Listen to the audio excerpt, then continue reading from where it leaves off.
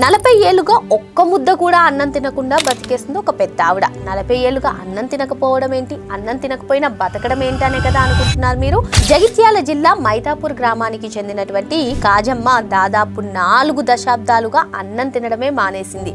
రోజుకు 20 టీలు, సంవత్సరానికి క్వింటా పల్లీలు తింటూ బతికేస్తోంది. అసలు ఆమె అన్నం ఎందుకు తినట్లేదో చెప్తే మీరందరూ షాక్ అవుతారు.